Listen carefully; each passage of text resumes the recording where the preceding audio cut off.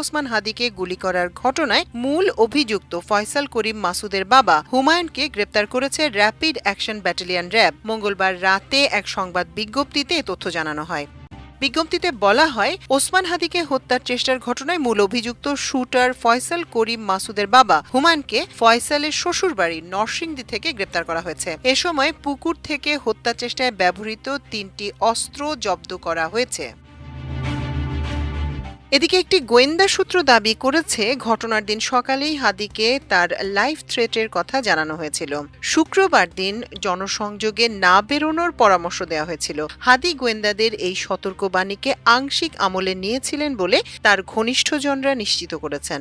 সেদিন হাদি তাদের বলেছিলেন, বড় ধরনের কোনো কর্মসূচিতে এদিন তিনি যোগ দেবেন না, নিজেদের মধ্যে পর্যালোচনায় বেশি সময় ব্যয় করবেন। সেটা তিনি করেও ছিলেন। সিসি ক্যামেরার পর্যালোচনা করে গোয়েন্দারা ধারণা করছেন, এর আগেও হাদিকে হত্যার চেষ্টা করা হয়েছিল। ৬ জনের একটি টিম মাইক্রোবাস নিয়ে হাদির কালচারাল সেন্টারে গিয়েছিল। সিসিটিভির ফুটেজ পর্যালোচনা করে গোয়েন্দারা ধারণা করছেন, যে কোনো কারণেই হোক শেষ মুহূর্তে ওই দিনের প্ল্যান তাদের কার্যকর হয়নি। এদিকে রিমান্ডে থাকা মোহাম্মদ আব্দুল হান্নান শুরুতেই মোটরসাইকেলটি তার নয় দাবি করে বলেছিলেন। মোটরসাইকেলটি তিনি মিরপুর মাজার রোডের ওই শোরুম থেকে কিনেছিলেন, কিন্তু হাতে সমস্যা হওয়ায় তিনি চালাতে পারছিলেন না।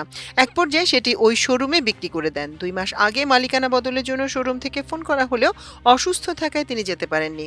আজ এই মামলায় মোহাম্মদ কবির নামে গ্রেপ্তার একজনের রিমান্ড আবেদনের শুনানিতে ওই মোটরসাইকেলের মালিকানা নিয়ে নতুন তথ্য বেরিয়ে এসেছে। কবিরকে ওসমান হাদিকে গুলি করার ঘটনায় প্রধান সন্দেহভাজন ফয়সাল করিম মাসুদের ঘনিষ্ঠ সহযোগী বলছে পুলিশ। সোমবার রাতে তাকে নারায়ণগঞ্জের একটি ইটভাটা থেকে গ্রেপ্তারের তথ্য জানিয়ে র্যাব বলেছিল, কবির 5 ডিসেম্বর ফয়সাল করিমের সঙ্গে বাংলা মোটরে ওসমান হাদির প্রতিষ্ঠিত ইনকিলাব কালচারাল সেন্টারে গিয়েছিলেন সেখানকার পরিস্থিতি দেখে আসতে। বিকেলে এই মামলায় কবিরকে আদালতে হাজির করে 10 দিনের রিমান্ড আবেদন করে মামলা তদন্ত কর্মকর্তা গোয়েন্দা পুলিশের মতিঝিল জোনাল টিমের পরিদর্শক ফয়সাল আহমেদ। তিনি আদালতে বলেন, সিসি ক্যামেরার ফুটেজ পর্যালোচনায় দেখা গেছে আসামি কবির ও ফয়সাল সহ অন্য আসামিরা ওসমান হাদির কালচারাল সেন্টারে গিয়েছিলেন। তাছাড়া হান্নানের বিক্রি করা মোটরসাইকেলের মালিক কবির।